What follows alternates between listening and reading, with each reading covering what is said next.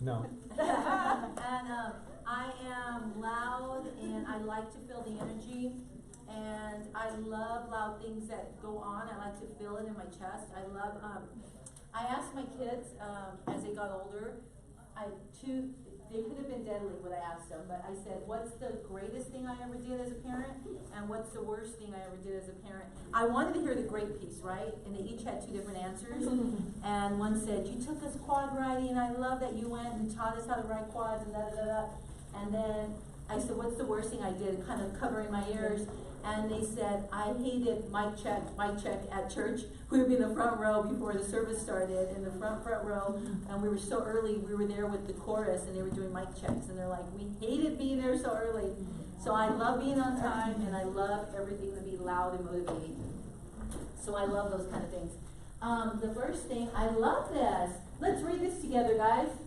Change the way you look. Let's count it down to 3. 1, 2, 3. Change the way you look at things, and the things you look at change. So what does that mean? Anyone? It's all about perception. Perception. What else, guys? Shout out. What? Perspective. Perspective. What else? Paradigm. What does it mean for you? It's your reality. It's your reality. It's your reality. If someone told you that long jackets are not in style anymore, and a fashion person told you that, and you see a long jacket, you're going to immediately think in your mind what? Long jackets are not in style anymore. It's so amazing what our brain thinks. And if they tell you the opposite, like long jackets are in style, short jackets aren't, when you see me today, you're going to think what? You're in style. I'm in style. I don't know if they are or not. I just wear it because I like it. So, and I love this one. Let's say this one together. 1, 2, 3. Complaining equals garbage magnet. Let's say it again. Complaining equals garbage magnet. What does that mean? Turning into garbage mouth. I mean, you're Yes. constantly under Negativity. You attract what you put out there. You attract what you put out there. I always tell people, you don't have to wait and let people tell you who they are. You just have to hang out with them long enough. You will know who they are. See, whatever's inside of us comes out, good or bad. So with that being said, whether there's good in us, that's going to come out. If there's some opportunity, that's going to come out too, right? Mary, can you open that door? I don't know, you could, as long as it's unlocked, I just kind of close it so I don't disrupt any of the people that are out there still working. So, my name is Michelle Collins. I love mindset.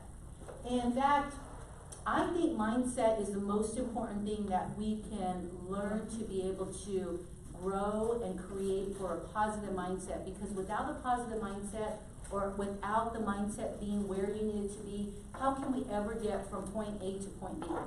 Because your mindset is everything, and that's in every aspect, whether it's in your personal life, whether it's in your marriage life, whether it's in your business life, or anything that you want to achieve, it first starts here.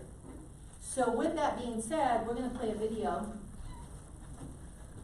And it's kind of warm in here. Are you guys warm? It's just you. It's my long stylish jacket. It's that long jacket. It's my long fashionable. You missed it. It's in style. Yeah. So cute. We're going to hit the lights, Ray. Which You can hit them. generation was that? Or turn them off. Please.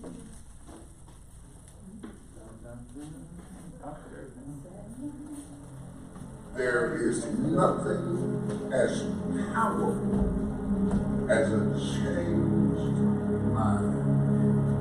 You can change your hair, your clothing, your address, your spouse, your residence. But if you don't change your mind, the same experience will perpetuate itself over and over again, because everything outwardly changed, but nothing inwardly changed.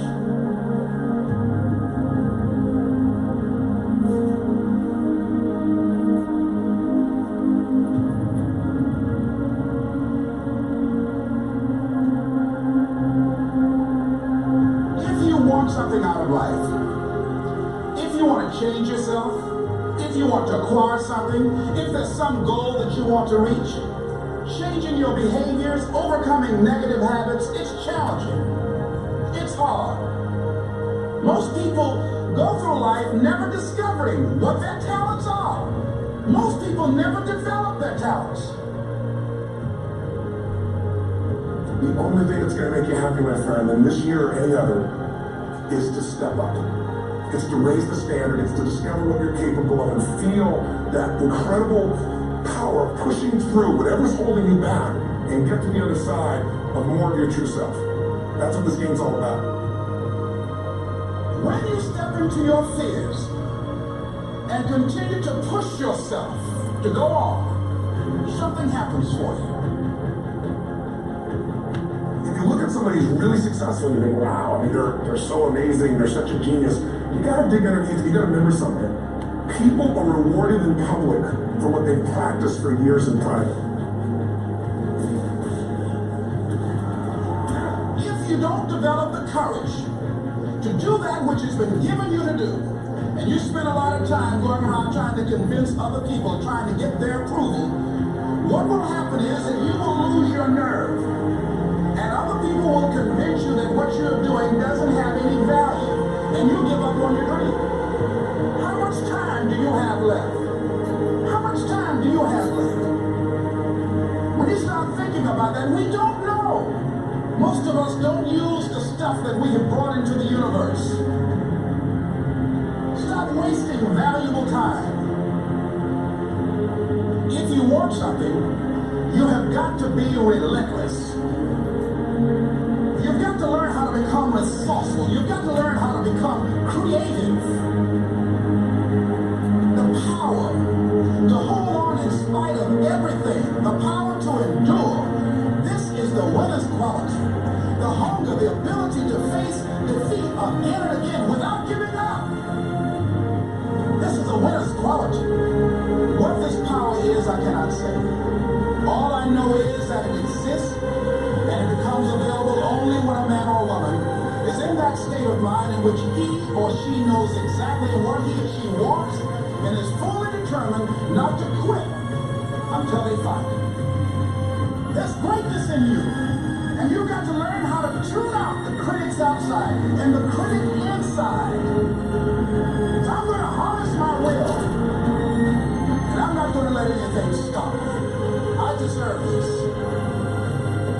Most people give up on themselves easily. You know the human spirit is powerful. There's nothing as powerful. It's hard to kill the human spirit. You are unstoppable. Live your life with passion, with some drive.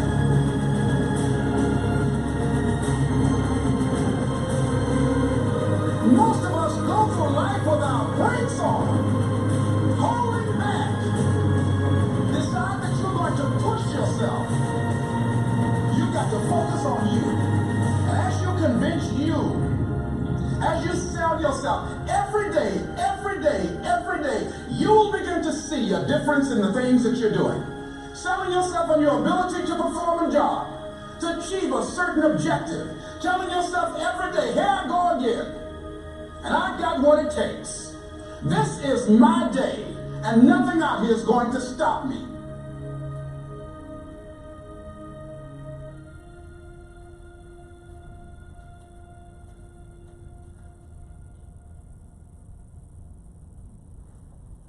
Wow. Is that awesome?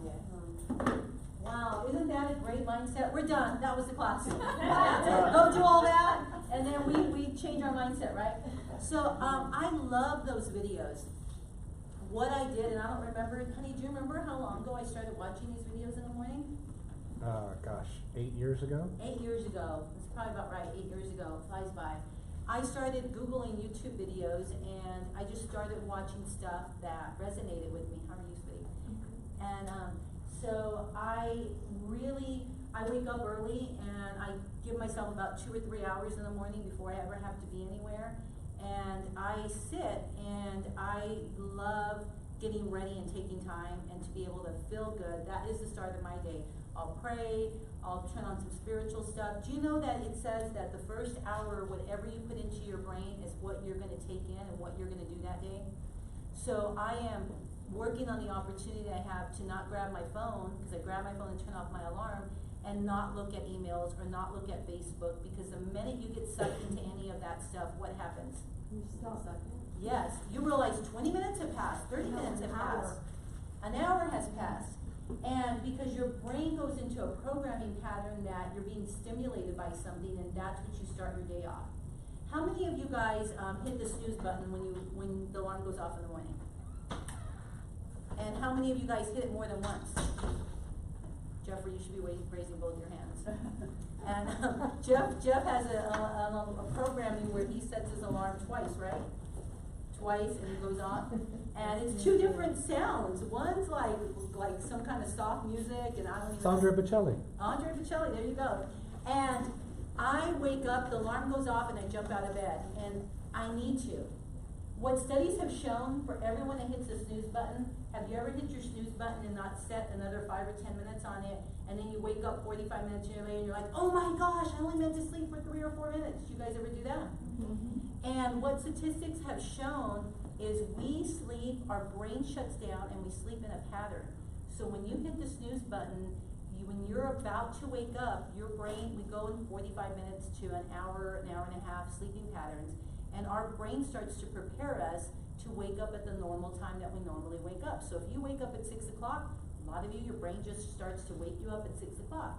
If you wake up at 5:30, your brain starts to wake up. So when you hit that snooze, the first thing you're doing is your brain's like, I'm confused. Are we going to sleep for 45 minutes into a short sleep pattern, or to a 120-minute sleep pattern? And your brain doesn't know, because your brain's trying to figure you out. Like, some days you jump up, some days you hit the snooze. And that pattern has shown that through the day, you are actually more tired. That's why we need caffeine and coffee and teas and monster drinks or whatever else we drink, because we're trying to wake our brain up after that 45 minutes, like, oh crap, I slept too long. So that's part of the pattern. So it starts off by the first minute you wake up.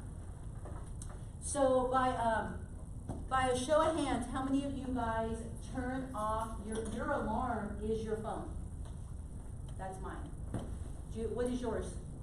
I use the old alarm clock. Use the old alarm clock. So is it within reach from you? Yes.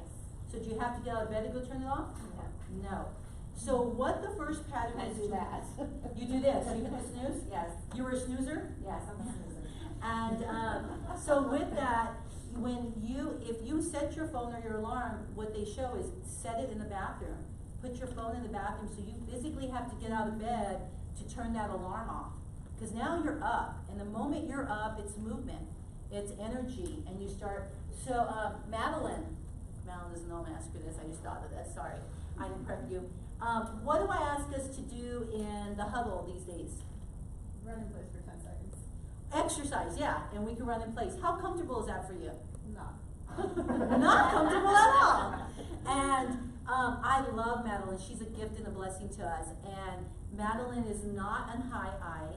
And she's like, okay. And the first couple times she kind of did like slow. And I'm like, oh, we're going to wait for Madeline to lead us for 10 seconds. And now today she was like on her 10 seconds. She's like, I'm done with this. But it's so cute to watch, because our programming is set. She's not used to doing huddles where they have a crazy team leader where they want her to dance around or jump around for 10 seconds. Mary, how do you like that 10 seconds? Oh, it's uncomfortable. It's uncomfortable. And if I had an high in here, which is Megan, she would say what? Oh, she loves that. I love it. I love it. High eyes. We're like, we love it. Because we love movement. We like energy. We like fancy shoes. I'm always complimenting Misty on everything she wears. That's us. High D's, like my husband, he's like, I'm not awake yet, Michelle. I'm not awake yet, Michelle. I'm waking up. Like lower voice. And so what is mindset? Tell me. Everyone shout out what you think mindset is. Shout some stuff out. Mindset. What's mindset? Pattern of thoughts that go through Pattern your of mind. thoughts. What else?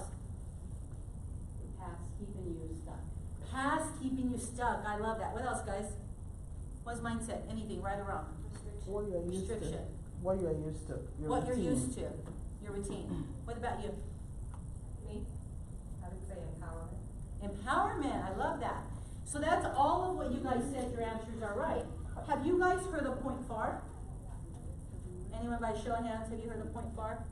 So point far is a term that you'll hear in bold. It's not only in bold. but that's where I first learned it. I've researched Point FAR, and we live Point FAR every single day.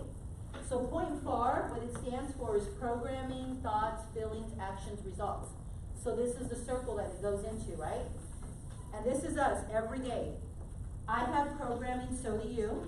Programming from our teachers, from our parents, from our childhood, from whatever we went through all the way up to this day. So our programming equals our thoughts go into our feelings go into our actions go into our results, and our results go back into programming. So let me give you an example of that. So I joined Keller Williams in November of 2013. I went up to my husband, who is a super high D, and when I mean D, it's disc, and he knows numbers, he knows finances. I had not closed a deal when I went up to him about 3 months after I started Keller Williams, and I said, I want to take a class that is $799, and it's called Bold. And he said, actually, what did you say? I said, $800? You don't need to pay $800. You're the boldest person I know. So he says that, and I said, thank you very much, but I still need to take this class. It's not about being bold, it's about learning scripts and dialogue and programming. And he said, okay, we put it on a credit card. He was still unsure about Bold. He said $800, it's $799. And I said, if I do everything they tell me, they will refund a portion of that Bold back or all of it. And he said, okay, great, it's a program. I learned Point FAR in there. Prior to Keller Williams in 2013, I had my real estate license in Phoenix, Arizona, actually Goodyear, Arizona. And I had a lot of my clients were from my family, my friends. I had lived there for 30-some years, and they were my source and my data bank. So my data bank was everybody I knew. I had never dialed until I took Bold and learned about Point FAR. I get a phone list. I said, I promised myself I'll pay 100% on because I'm paying $800 for this class. I called my first 2 FSBOs, which I had never dialed before, and I got appointments, got the listings, got paid $26,000. Why am I telling you all this? What do you think happened to my programming immediately regarding FSBOs? Oh, they're the easiest thing ever. They're the easiest thing ever. My programming went to like, I don't want to call a FSBO. I'm scared to dial that FSBO. What are they going to say to me? Who do I call? Where do I get the phone list? All these things are going on in our head. So they gave us all the lists and everything else. I called them, got the deals. Programming changed with FSBOs. My thoughts changed against FSBOs. I'm like, dang, this is good money. I can get FSBOs. My feelings changed when I could cash a how many of you women, your feelings will change when you cash a $26,000 check to go shopping? I mean, my dress code changed. Yeah. Long jacket. The long jacket, fashion came into my life. Thank you, right? So my feelings change, my actions change. Well, you went from Walmart fashion to Nordstrom's fashion. Yeah. It's Yeah, always exactly. been in your life. I don't know, yeah, exactly. What do you think my actions went against FSBOs at that point? Do you think I went into action and called them? I wanted to call every single FSBO I could possibly call. My results showed up. And it went right back into my programming again. So my programming against FSBOs was like, I got this. I got this. Interesting enough, I dialed FSBOs and expireds the same week, and my FSBOs actually created the result. So my programming went into FSBOs. How do you think I weight FSBOs and expireds? The same? Or what do you think if I got 2 deals on FSBOs and nothing on expired, where do you think it went? The scale tipped really high. Now I have a friend, he swears, he's my working partner at one point, Mark Reiner, he swears because he wins on expireds. And his FSBO, he's like, I don't know how you get a FSBO, they're so tough. It's programming, right? So my programming changed around FSBOs, my thoughts, my feelings, my actions, my results, and my programming. And also, I blessed another girl that did property desk because one of those listings, they called in, they were visiting from Dallas. She got the phone call, the listing was $615,000. She got paid $18,000. So really, it was a $40-some-thousand win on 2 FSBOs. So what do you think her programming changed on property desk? Oh, I'm doing more property time. So all our programming's affecting everybody, guys. So what happens is, in my old office, which this is the best and greatest, my old office, we would hear stuff at property desk like, only what comes through there? Leases. What else? People that aren't qualified. What else? Have you heard? Criminals. Criminals. What else you guys hear? Love it. And do you think that girl that got the phone call and got paid $18,000 for running out and showing that listing and it closed within 30 days, do you think she thought that anymore? No, because her programming changed. Who else in my household, their programming changed when they seen $26,000? My husband. $100. Guess what the next question he asked me after I was done with that bold? When's the next bold? And when he joined, I've taken bold 9 times in 4 years. And when he joined Keller Williams several years ago, what do you think the first class he signed up for? Bold. So answer this, I've taken it 4 times. How did you prepare yourself mentally enough? I love that question. Because I've taken it, I'm like, you know, I think, oh, it's $800, I'll make the 400 back, I'll sell, but to really mentally prepare yourself. I love what she just said there. Tell me your name. It's Donna. Donna. I know it was Donna. So Donna said, I mentally prepared myself, and I said I'm going to get what back? What did you say? Get your 400 back. I'm going to get my 400 back. What do you think my second bold I went in thinking? I'm gonna get $40,000 back. I'm going to make more than $40,000. Because see, she said it, and she made an affirmation. And that's what happens in our brain. She made an affirmation herself, I'm going to take this again, and I'm going to do this, and I'm going to get my $400 back. But that's so low, and that's where my ceiling. Because that's your thermostat, and that's what we expect. And even though she doesn't want that, she attracts that to herself. I was very big on what I spoke over me and my children the last maybe 10, 15 years. But when I met my husband, he upped my game for me. I would say stuff like, and you guys have probably said these too, like if I seen a sad story or my friend called me and she was diagnosed with cancer, I said, oh my gosh, that breaks my heart. He says, no it doesn't, no it doesn't. I looked at him and I thought, well that's rude that you're saying that. But he's absolutely right. He never wants my heart to be broken. He never wants me to have a medical condition, so I don't speak that over myself anymore. I don't say my heart's broken. What I do choose to say now is I feel so sad for her, and I'm going to figure out a way to bless her and love her through this. So what does my brain automatically do? Let's figure out a plan, how to help her, how to love her, how to bless her. When I say I have a broken heart, and if, not me, if Mary said she had a broken, well I do have Mary here now, I have to stop using that. So I've had a make-believe Mary and Larry friend that's been all of them. I'm like, so we have a Mary here. So we now have to have, Harry. Martha. Okay. Let's say a Mia. Do we have a Mia here in the office? Yeah. We have, let's say M. So M keeps saying that, see, I won't even speak it over people, because if I know them and they hear it, I don't want them to perceive it and receive it and let it seep into their, cells and everything else. So M says, I have a broken heart, and she shows up for her friend. How is she ever going to go into action mode? Because she has a broken heart, she's sick.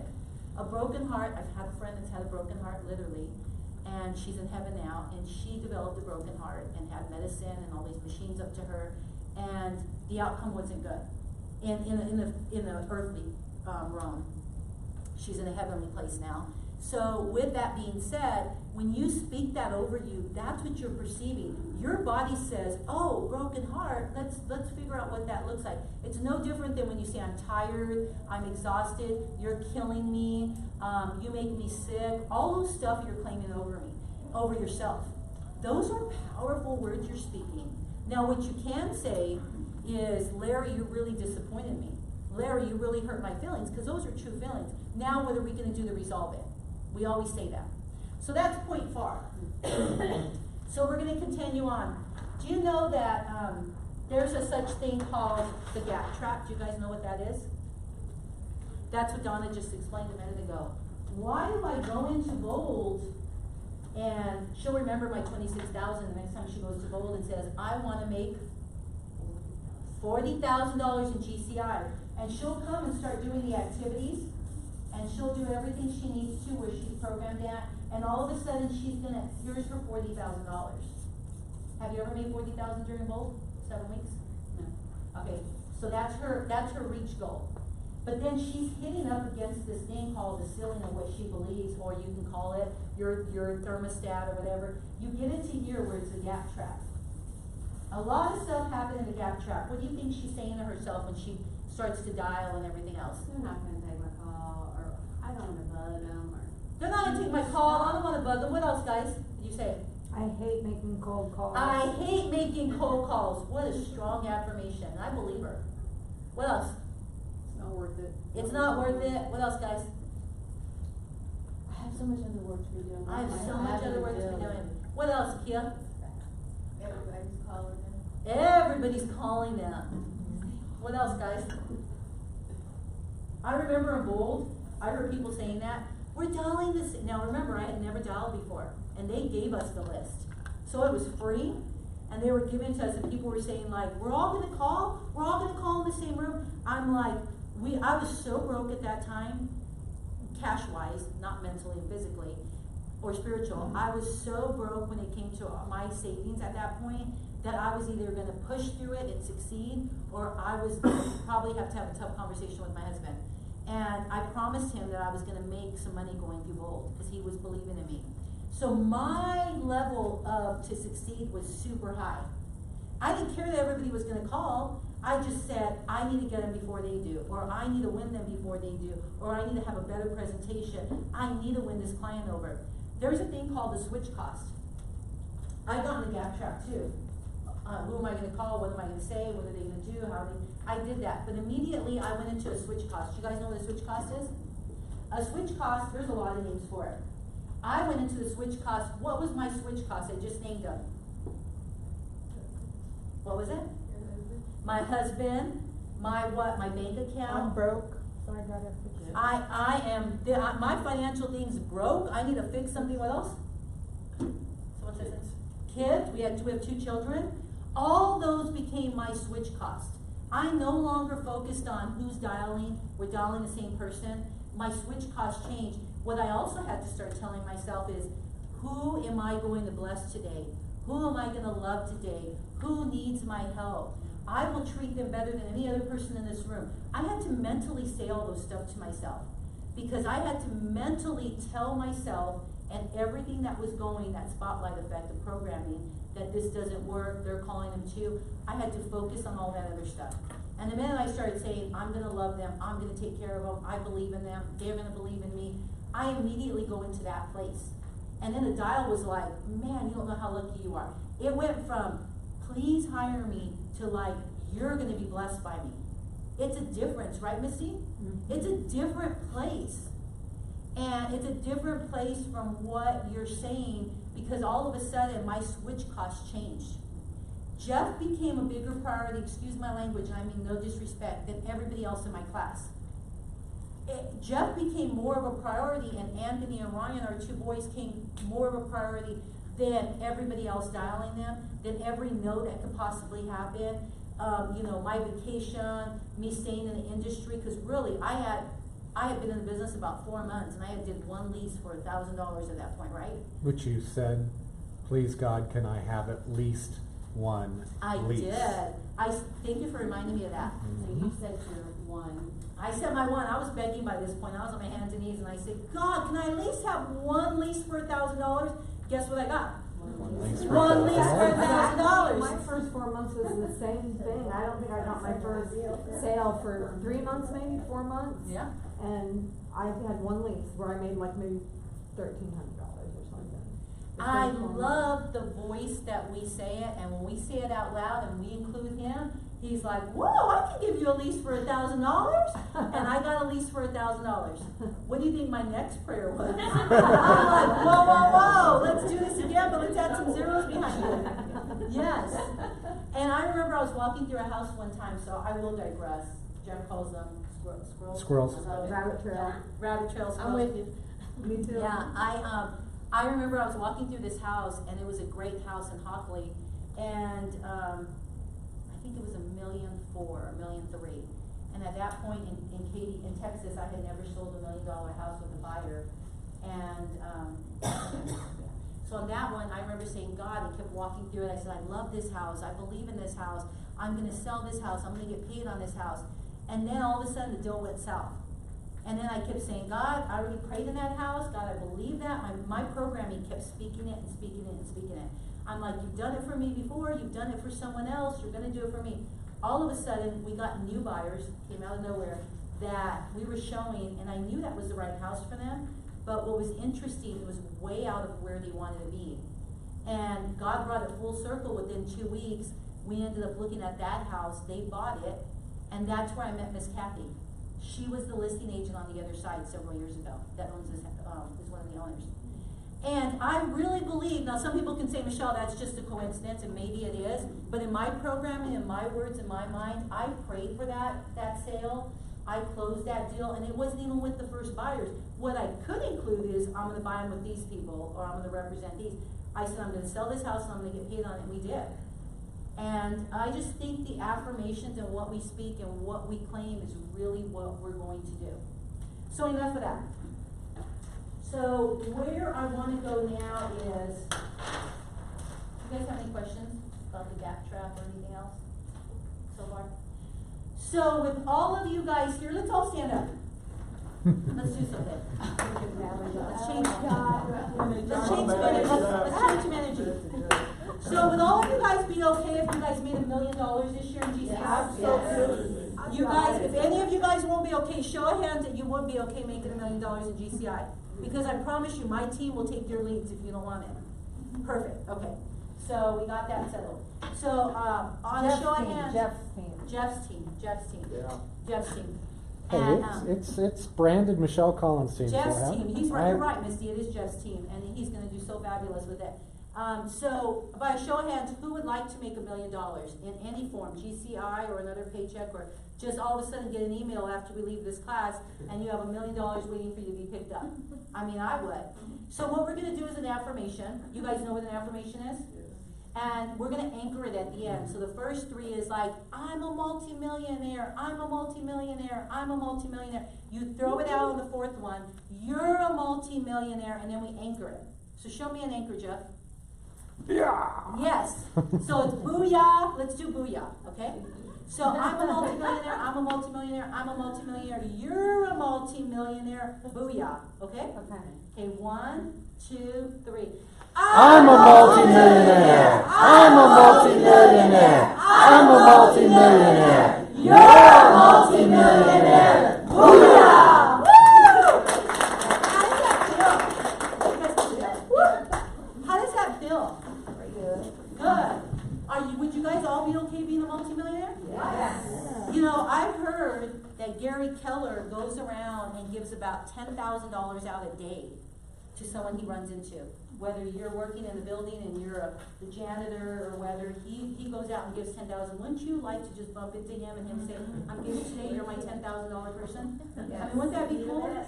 Wouldn't it be so cool though, even bigger than that? If you, I love what you said.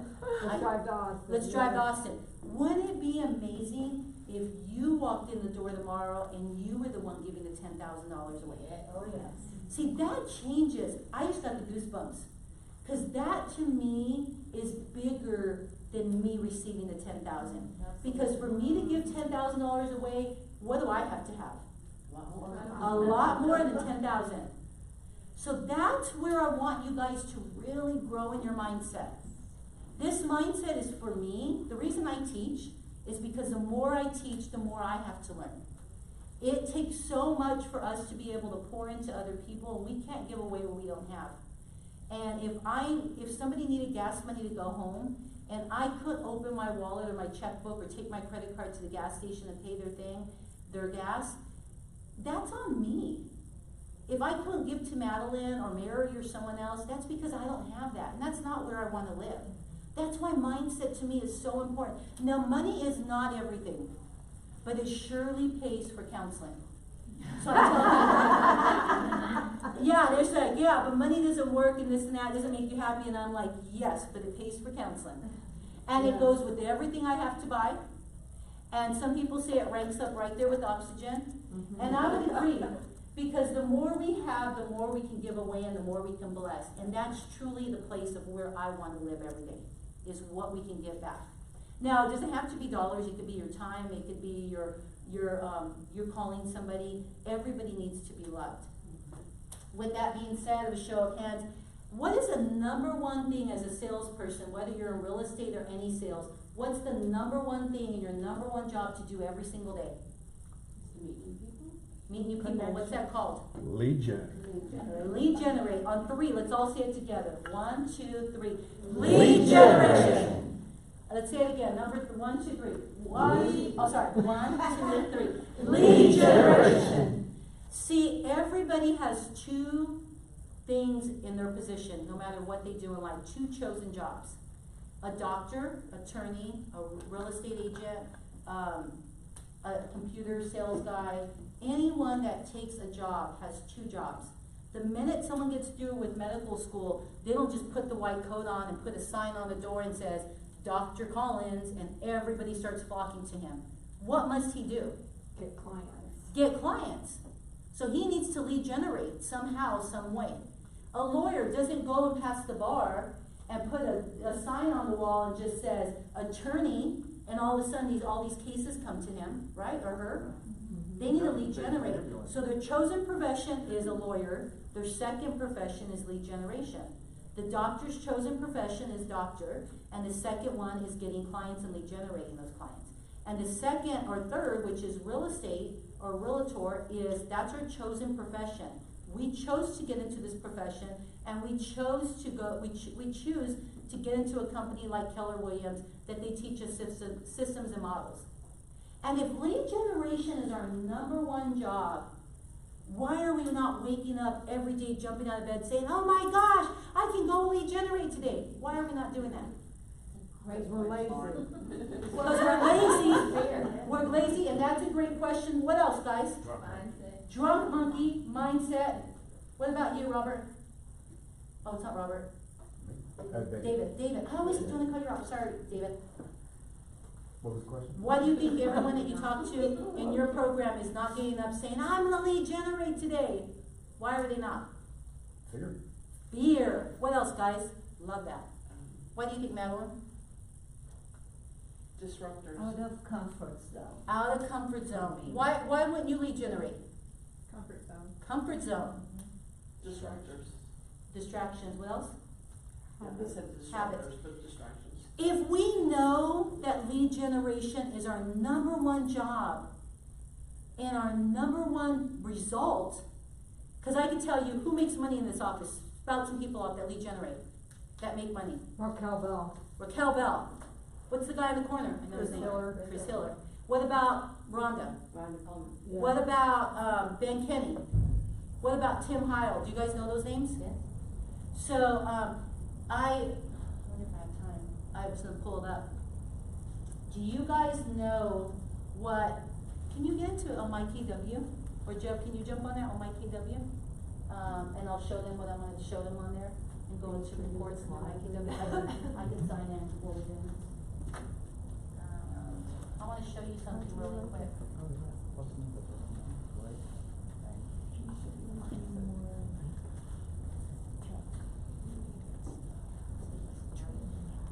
Oh, computer guy, what's my, and you can do yours too, either one. We're gonna show you something, who is, the number one GCI earner, we'll come back to that. So if lead generation is our number one thing, and you know it works, and the reason you're not doing it is because of fear, because of programming, because of anxiety, or you don't like it, if I told you I would give you $100,000 by the end of today if you made 100 contacts by 7 p.m., how many of you guys would do it? All of you. You would do it, Missy? Yeah. I would, Okay. I'm shaking my head, yes. Okay, so everybody, Nodding my head, yes, of course I would. everybody would agree, no matter what your results were, I'm gonna pay you $100,000 by the end of the day if you lead generate, did I say 7 or 8? So 7 p.m. tonight, and regardless of your results, you still have to talk to at least 100 people. You guys will all do it, right? Yes. That is the same thing that you guys are giving up every single time you let your fear, your programming, your anxiety, or frustration, you let any of those step in your way. See, what happens is, I love what you said, afraid, lazy. I used to ask my coach this all the time, and I was afraid to hire a MAPS coach, and I finally passed that comfort zone, and I said, I'm gonna do it. The worst thing that could happen is I make more than I pay, which is $12,000 a year. And I doubled my income that year. Is that what you're looking for? Yes, the top. So what do you guys think, actually, can we go to the year end last year? Go back and go to year end.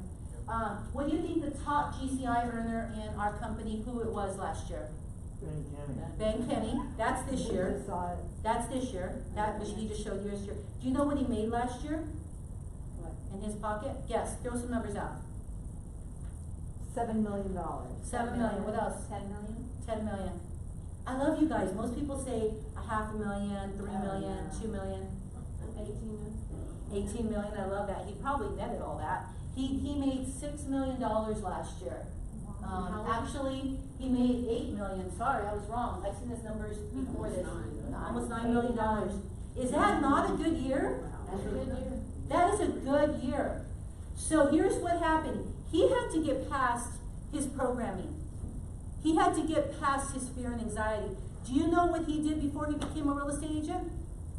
He dug holes in the ground for $30,000. And that was good for And that his was family. good for his family in the small town he was in. He was a successful. success by his terms and his family's legacy. And then he decided to buy a duplex, and he was gonna live on one side of the duplex and rent the other side of the duplex to pay his side. And he was making around $30-some thousand. And his real estate agent, do you guys, when you close on a deal, what do you guys give your clients? Name some gifts you give out. Cutting boards. Cutting boards, what else? Gift cards. Gift cards. Fire extinguisher. Fire extinguisher. Wine. Have any of you guys thought about giving him this? His real estate agent gave him this book as his closing gift. And he read it all and he said, there's no way, Michelle, I would love to have been his real estate agent. There's no way, Michelle, if I do all this, Have then I million can make $1 down million. Yeah, exactly, Jeff. And she said, not only do I think you can make $1 million, Ben, I think you can make more than $1 million. What did he make last year? $9 million. She saw something in him that he didn't see, I guess, right? Yes. And I see something in all of you that you guys don't see. I see Ben Kenny's in all of you. Here's the thing. She changed his legacy. And she changed his family's legacy because she wasn't afraid to step up and say, I believe in this. And if you grab hold of this and you read this and you do this, you too could possibly be one of these success stories. And he did. And he has blessed my life. I've spent some time with him and Jeff spent some time with him and he is amazing. Now his goal is to make, he might have upped this since the last time we spent time with him. It's been about a year or so. Maybe it's been 2 years that we were with him in a group. Was his goal is to make 10 millionaires. And that was his goal. He's probably already accomplished it and he's probably on to a bigger number. And what I say is, he got past the mindset of the negative talk and the fear and anxiety, and he got into action mode. And I can guarantee you guys, you would have still got the class and still did it, but without doing affirmations and standing up and affirming and anchoring you, I'm a multimillionaire, I'm a multimillionaire. That's what I believe. Now the world just says, is that what you want? Our words are so powerful. I look at my words, and I want you to look at them the same way, is that every time I speak something out of my mouth, regardless of what it is, every word creates two little legs on it and they just go out and create a path for me.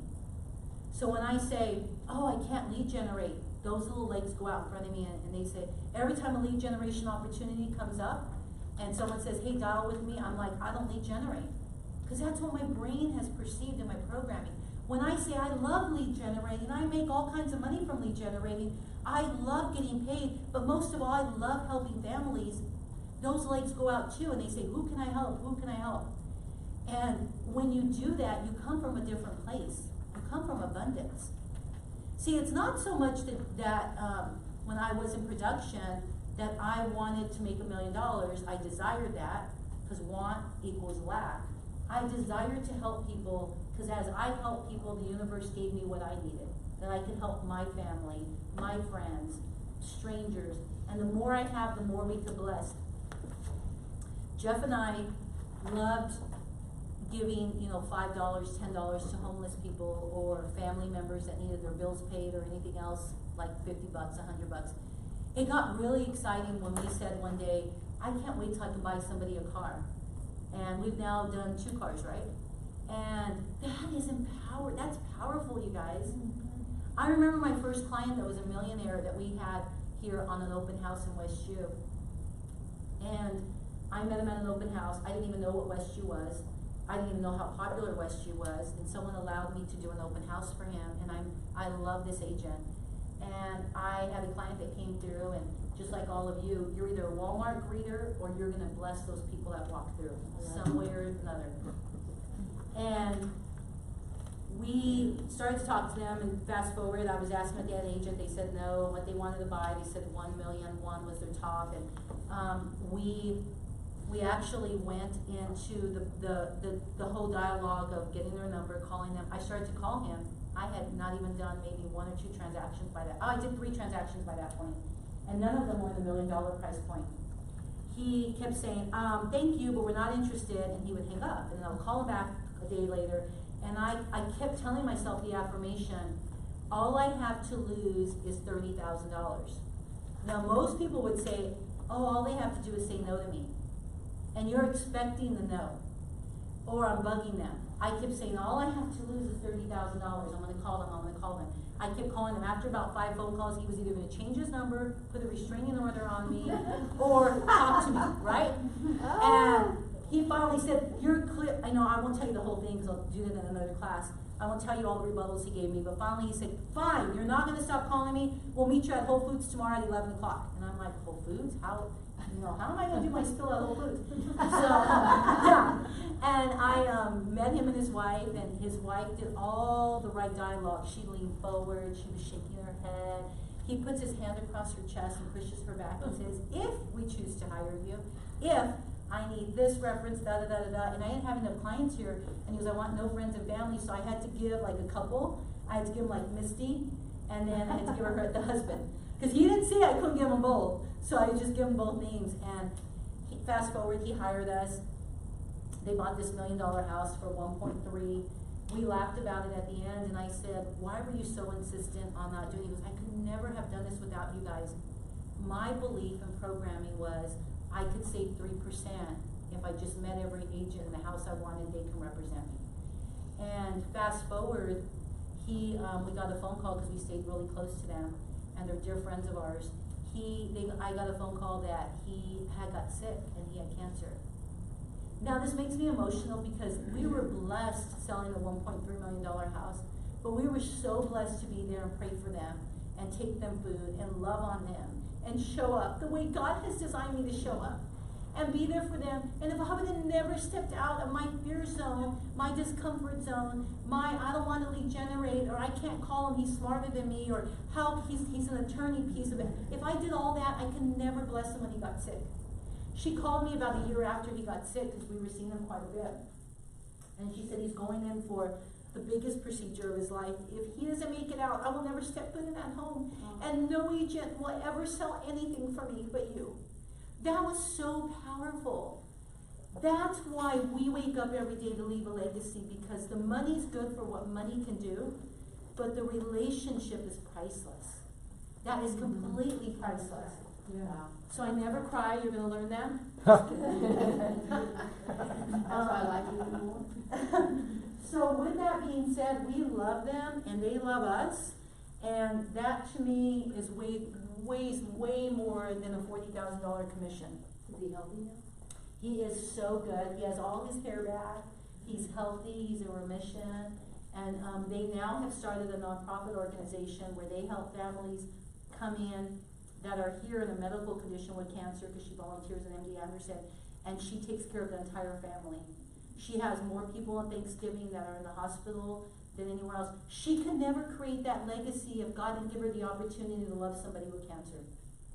So you guys, you should tell her about the Ballard House. She might be interested in donating there. That's our next thing. As I told her, I started to tell her about it, and she started doing this on the MD Anderson side. And guess what she did? Just like the Ballard House. She couldn't afford to buy a house yet, and God's going to give her a big building and everything else her heart desires if she can think that big and go that big. But right now, she is renting apartments just to help people live there, because that's her part that she can do right now. It's thinking big and living big. So going back to your mindset, that was a little bit of a rabbit trail. I wasn't planning to share that part. But what happens is, the reason we stay stuck and don't lead generate is because of 2 reasons. And we don't do a lot of things. Choose to be good to our spouse when we're in the middle of a heated argument.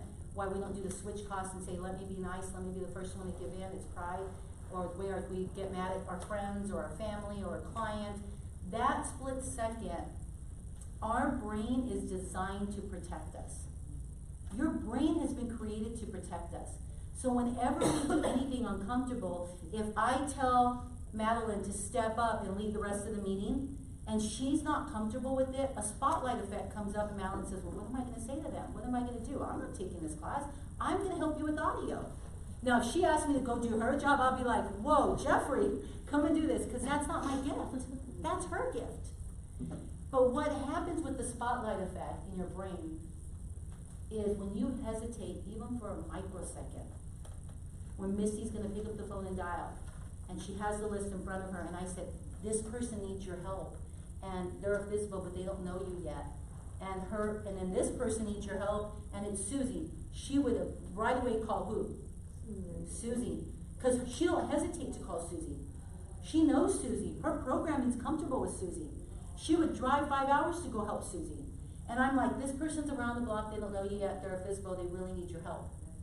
And they've had a horrible experience. She'll be like, okay, I'll call them. She may never get around to it. Because the minute she hesitates to dial them, her brain goes to the spotlight effect and her brain says, wait a minute, why are you hesitating? There has to be something wrong. She's like, I don't know if I'm gonna call them. I don't know if they're gonna hang up on me. Call them and tell them I'm gonna call them. All these reasonings start to go on in our brain because our brain is designed to protect you. When you hesitate, your brain says something's wrong. We live in autopilot. 50% or more, it's more than 50, but more than 50% of our day, we are in autopilot. The alarm goes off, I turn off the alarm, I get up on the left side of the bed, I walk to the restroom, I start the shower. We're in autopilot. We never think. Tell me your name again? Sherry. Sherry, what side of your mouth did you put the toothbrush in first today? Left. What about you, Missy? Messy's like, I have no idea. I have no idea because she's an autopilot. Did you brush your teeth today? No. And I love that you guys laugh because your brain said, that's funny, that's a no-brainer. Who won't brush their teeth, right? Now, if I tell her, did you go to the dentist today? And you guys won't laugh because that's not normal programming. Matter of fact, you guys didn't laugh. Mary went to the dentist today. So, here's the thing. Here's the I thing. need to go to the dentist today. She doesn't know which side she puts her toothbrush in because she's an autopilot. If her brain had to think about it every single moment, our brain would explode with all the information that we do. You know, we think we make choices throughout the day. We're an autopilot most of the day. The only time we make a choice is when something appears and we pause and our brain says, oh, you hesitated and you paused, Michelle. And what are we going to do next? And based on my previous programming of dialing, when I didn't dial, I would say, I need to go help Jeff. I need to go help Missy. We'll always go back to what we're comfortable in. See, you're never, ever going to feel like doing the things you're afraid of, scared, uncomfortable, or unfamiliar. You're never going to feel that. For 2 years, I asked my coach, crying, fighting, and paying him $1,000 every 30. I paid him $1,000 every month for 30 minutes a week. So 4 phone calls a month, 2 hours a month, I paid him $1,000.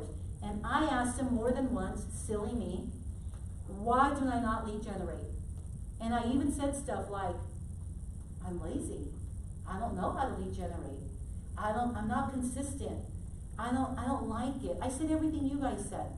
But guess what he says? I want you to quit saying why do you lead generate because your brain's very intelligent. Your brain goes into why don't you lead generate and you answer yourself. And you make stuff up. Just like all of you do. The better question is, who am I going to call when I lead generate today? So when I started to say that, my brain wants to answer it. My brain says, oh, I can call past clients. Who else can I call, guys? Friends. Open house people. Open house people. Friends. FISBOs. Expireds. Circle prospect. People that you run into at the restaurant. Everything else. There's lots of people to call. That's a better question to ask my brain. So here's the thing.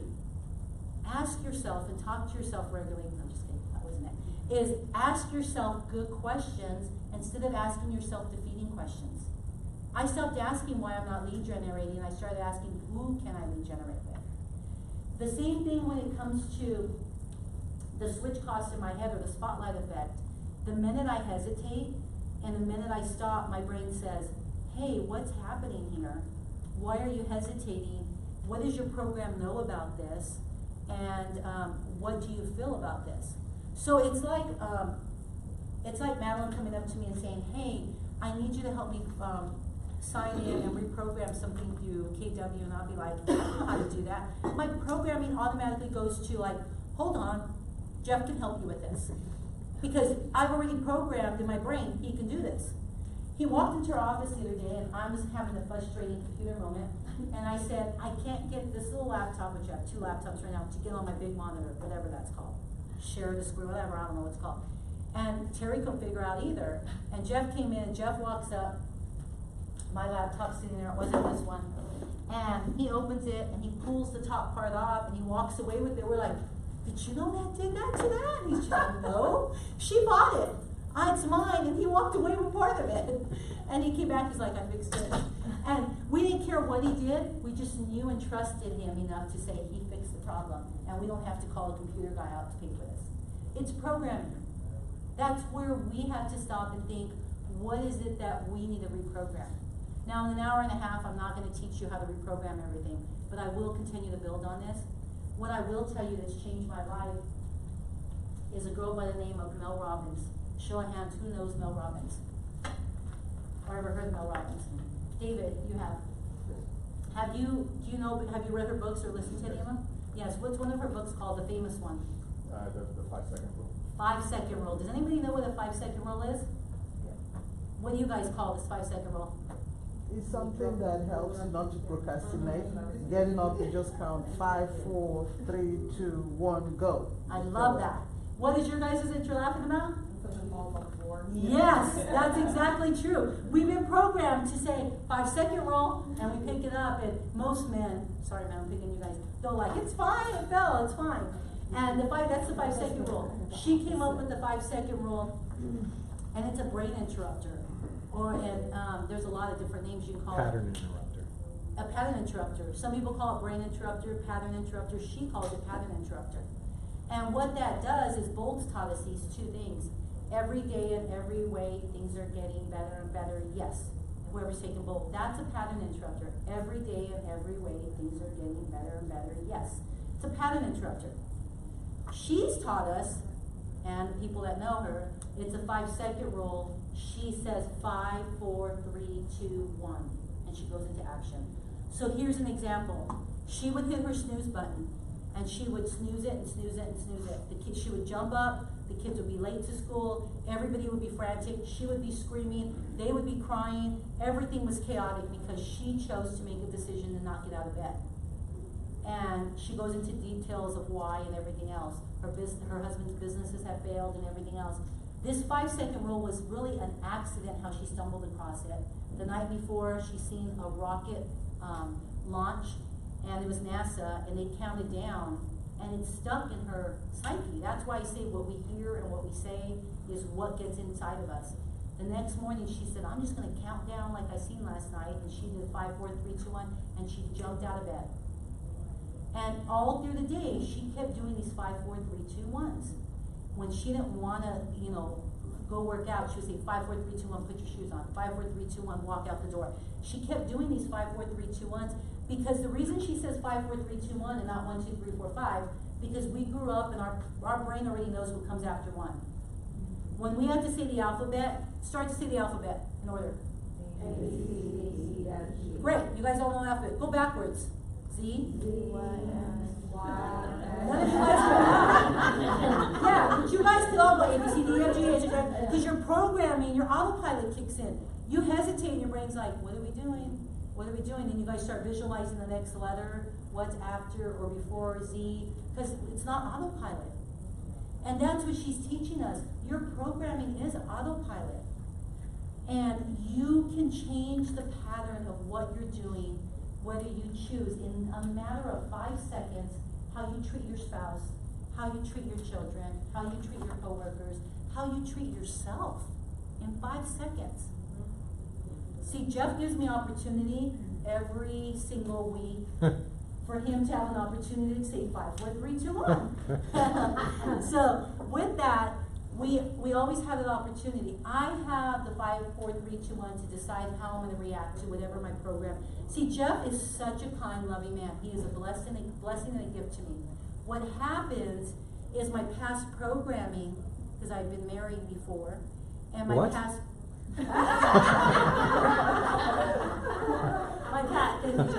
my past programming has led some painful things. My growing up in a household of five sisters has led to some stuff. There's some triggers that happen.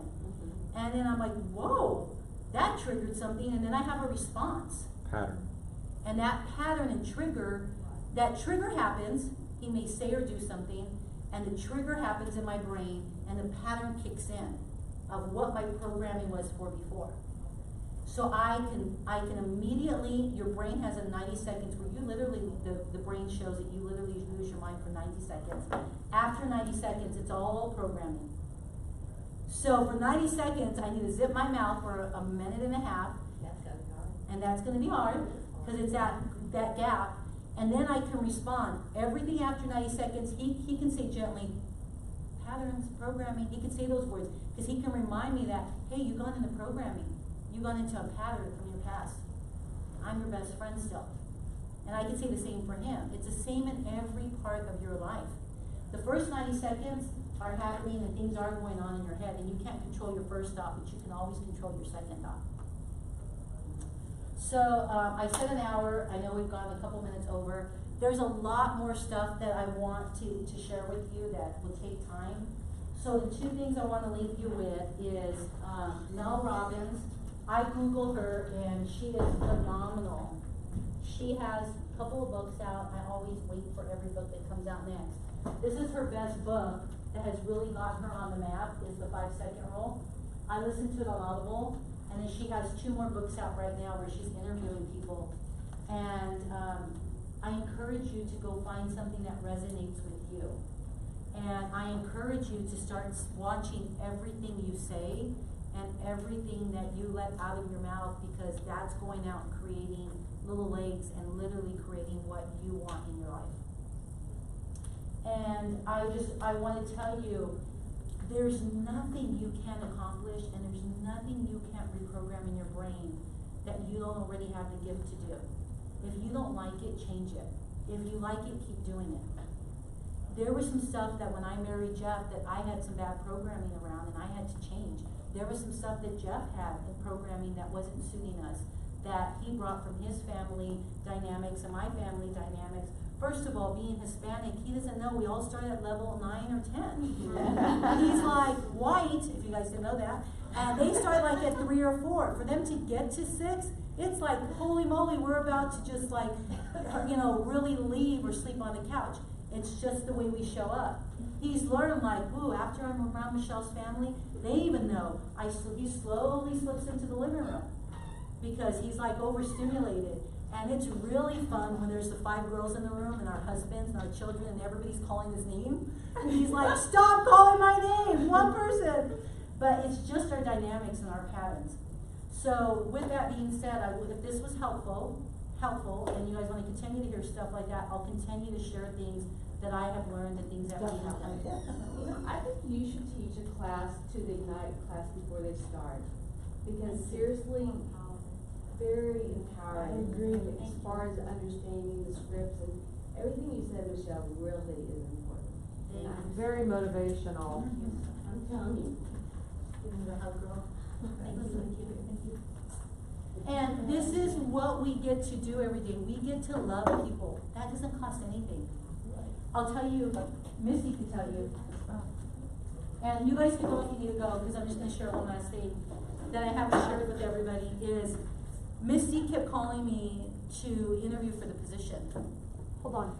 I want to preface this with something. I want you to tell. So I was going to give you the floor. So I had my life, I was working on my very first listing, and I knew Michelle through other people at church. We weren't personally connected friends yet, but we knew who each other was.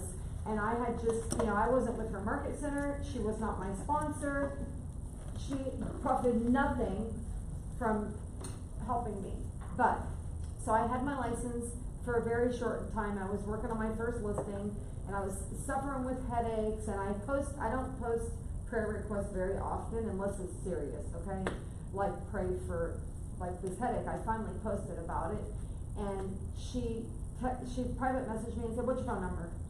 Can I have permission to call you?"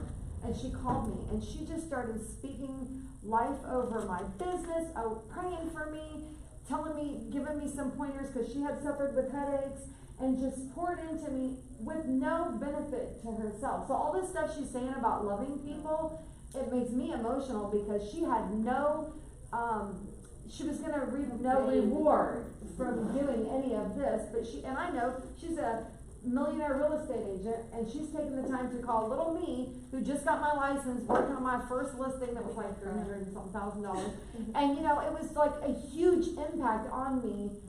Like, you have no idea the impact that had on me. I just could not believe this mega agent from the Met called little old me to speak all this life and spend 20 minutes, 30 minutes on the phone just encouraging me, and it was life-changing experience, right? Not even out of my market center, just like, wow, she's something. So that's why when this position came up, it just dropped into my spirit, like, this is our new team leader. This is the person that can lead this team to greatness. So she can tell the rest of the story, but there was No, a that's lot it. I'll to let it, you and I tell just it. kept calling her. Do you know what I'm I saying? love it. I Love love, she blessed me, and she spoke something over me that I didn't even know that I wanted and I desired. And yes, I looked into it 2 years ago for a split second. I didn't think this was on my radar, but what I did share, and I shared this with Misty, is at the beginning of the year, I had said a prayer, and I want to cry about it. I had said a prayer and said, I desire to be around great people and great leaders. And soon enough, Misty started calling me and started saying, you should be our new team leader. And I'm like, no. I said, I'll pray for a good team leader for you. I kept saying, I'll pray. And it started with one phone call.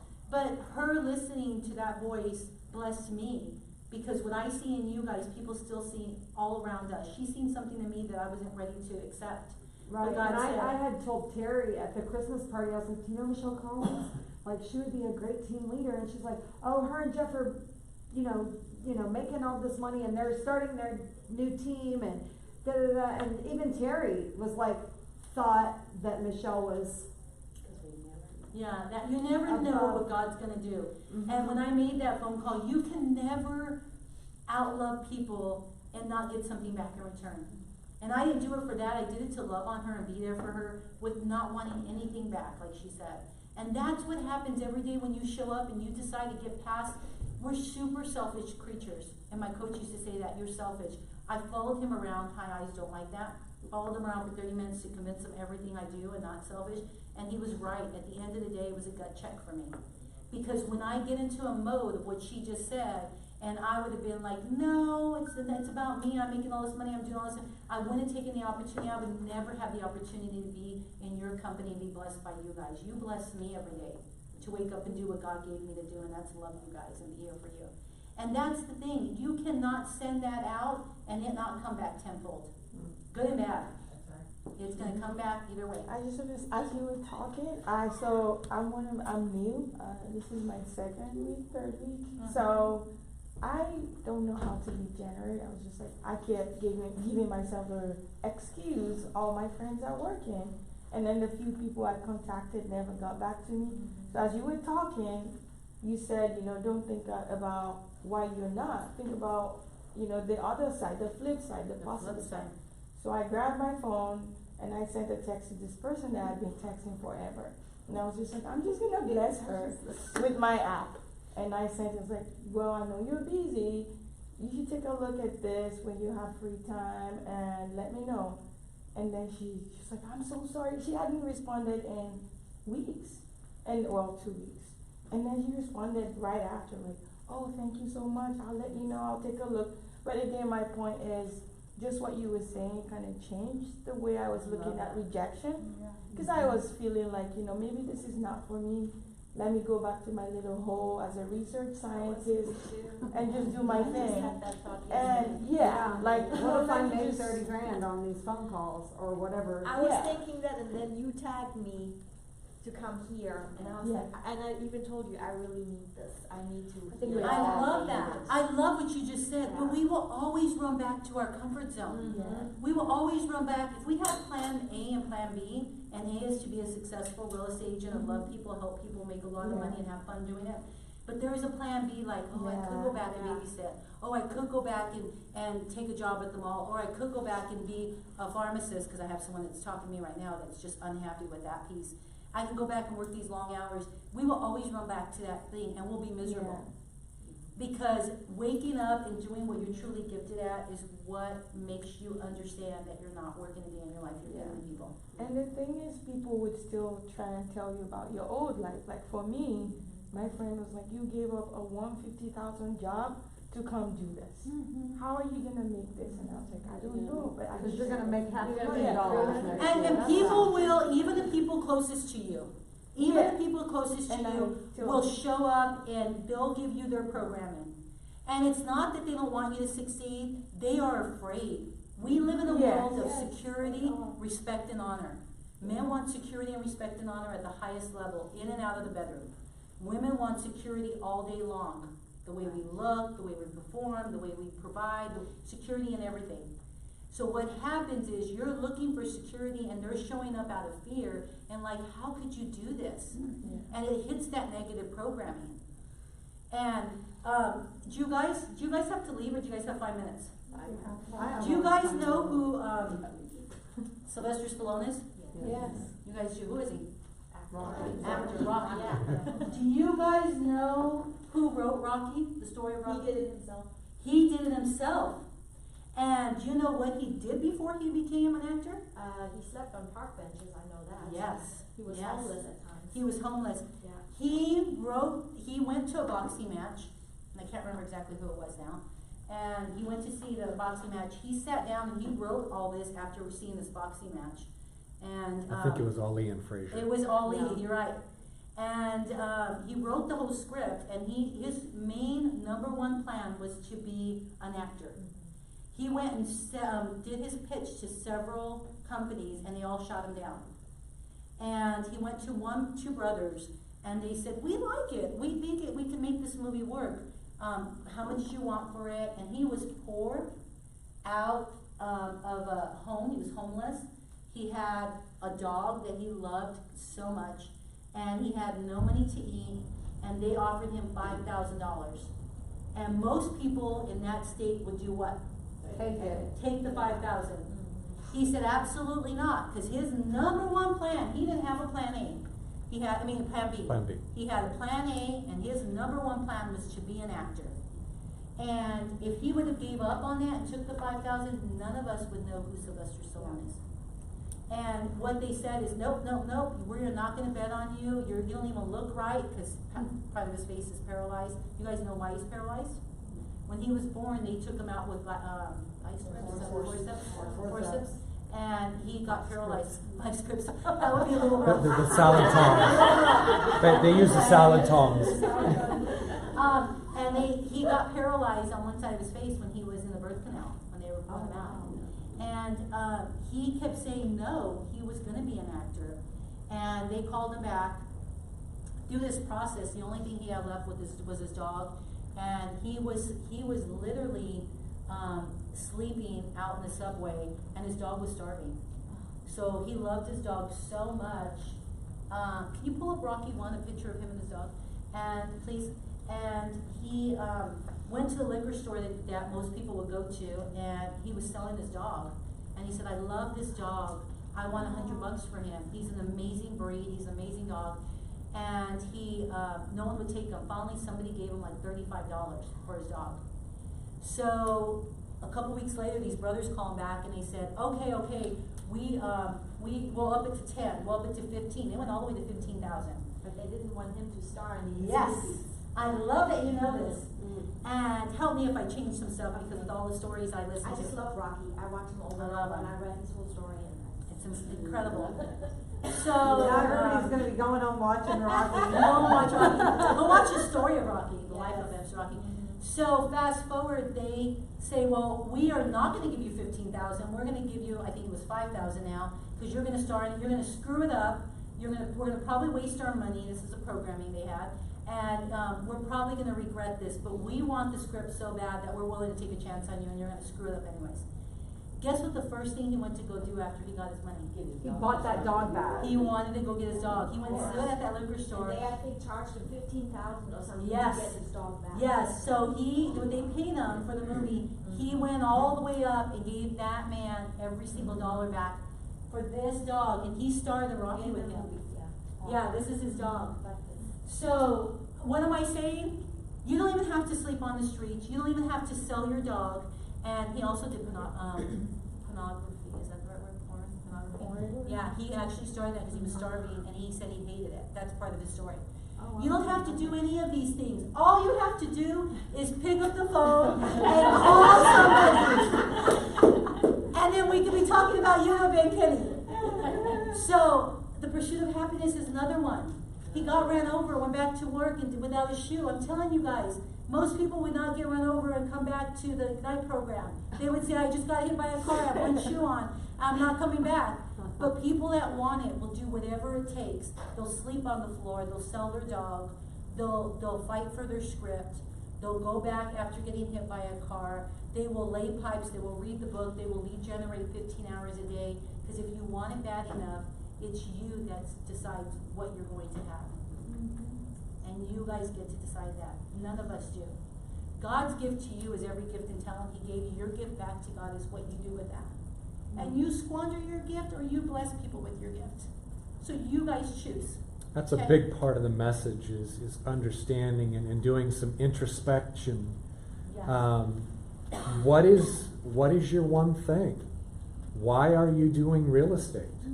Is it for the good that money can do? Is it for the legacy you're going to create for your family? Is it the legacies that you're helping to create other families?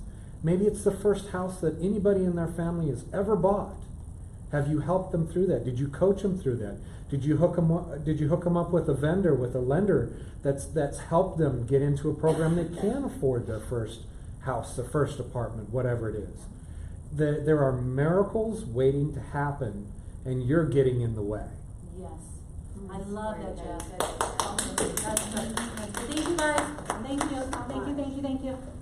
So if you guys want to do these until we get other classes on, so what the goal would be, thank you so much. Can you do Madeline a round of applause? What we would like to do is put this on the calendar on a weekly basis until we can fill it in with other speakers. Like I have a lot of people that are saying, I want to hire my first assistant.